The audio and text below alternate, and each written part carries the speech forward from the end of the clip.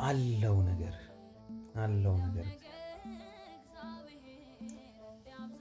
ሚክያስ ምዕራፍ 7 ቁጥር 8 ላይ እንደዚህ የሚል ቃል አለ። ጠላቴ ሆይ ብወድቅ እነሳለሁ፣ በጨለማ ብቀመጥ እግዚአብሔር ብርሃን ይሆናል። በእኔ ደስ አይበልሽ ይላል። አንድ መዝሙር አለ ሚዲያ ላይ ስሰማው በጣም ደስ የሚለኝ አለው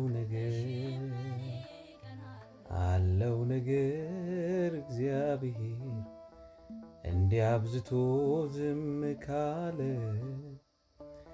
ጠላቴ ሆይ ደስ አይበልህ ቢመሽም ለኔ ቀን አለ የሚል መዝሙር አለ። እውነትም አለው ነገር እግዚአብሔር።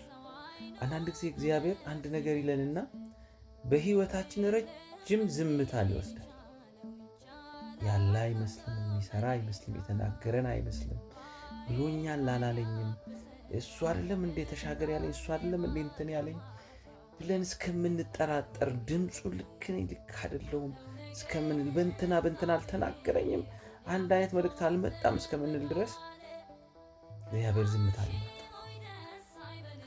ግን ረጅም ዝምታ የጠገባችሁ ሰዎች፣ ምን እንደምትወስኑ ግራ የገባችሁ ሰዎች፣ የምታልፉበትና እግዚአብሔር ያላችሁ መንገድ ግራ የተጋባችሁ ሰዎች አለው ነገር። እሺ እግዚአብሔር ረጅም ዝምታ ከወሰደ ትልቅ ስራ እየተሰራ ነው ማለት ነው በእናንተ ህይወት።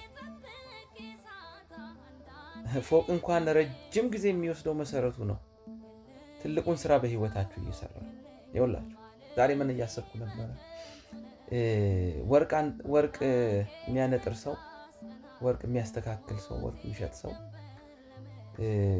ለወርቁ ወርቅ ሆኖ ከመውጣት በፊት በእሳት ውስጥ ነው የሚያሳልፈው እና ሰዓቱን ጊዜውን ይበቃል ብሎ የሚወስነው አንጥረኛው ነው፣ ወርቁ አይደለም። ወርቁ የቱንም ያህል ቢፈራገጥ አቃጠለኝ ቢል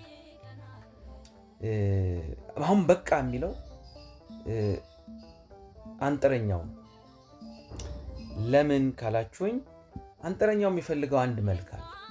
እየሰራ እያነጠረ እሳት እየከተተበት ፍንትው አድርጎ የራሱን መልክ እስከሚያይ ድረስ ያንን ወርቅ እሳት ይጨምርበታል።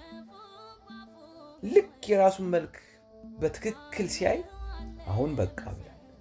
አንዳንድ ጊዜ እግዚአብሔር በእኛ ህይወት ውስጥ ማየት የሚፈልጋቸው መልኮች፣ ንግግሮች አሉ፣ ውሳኔዎች አሉ። ይገርማል። ሐና ለረጅም ጊዜ ትበሳጭ ነበረ፣ እግዚአብሔርን ትለምን ነበረ።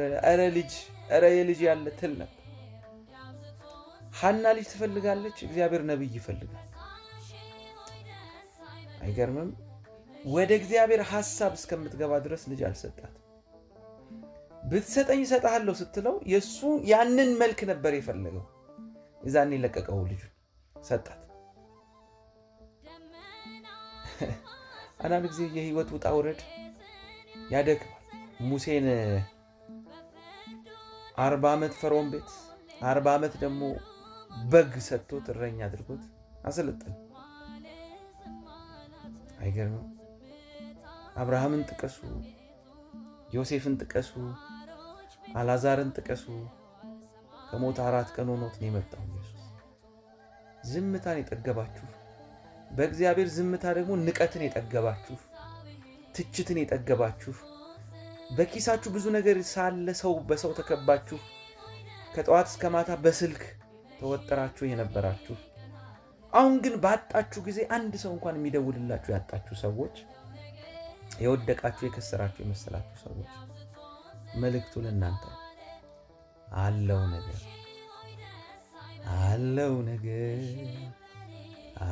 ነገር እግዚአብሔር እንዲያብዝቶ ዝም ካለ፣ ጠላቴ ሆይ ደስ አይበልህ ቢመሽም ለኔ ቀን አለ እንላለን።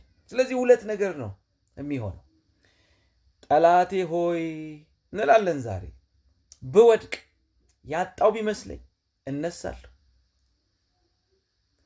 ምንም ነገር ከእጄ የተበተነ ቢመስልህ እነሳለሁ። ለምን እንደሆነ ታውቃላችሁ? እኛ ያለነው እግዚአብሔር እጅ ላይ ነው።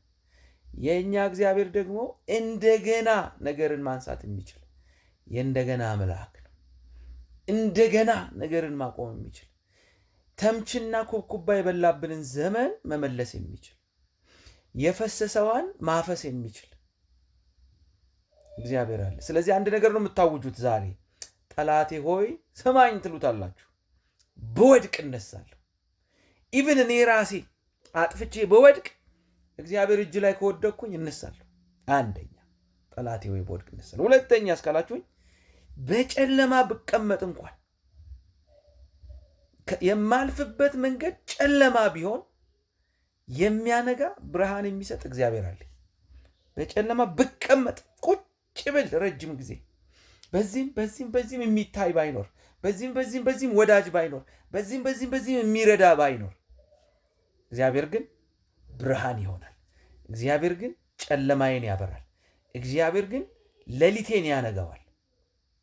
ተጨንቃ ለነበረች ከእንግዲህ ጨለማ አይሆንም እንደሚል ለአንድ ሰው እግዚአብሔር ጨለማውን አንስቶ በብርሃን ተክቶ ሁለተኛ በዚህኛው መንገድ እንዳታልፉ ይረዳችኋል።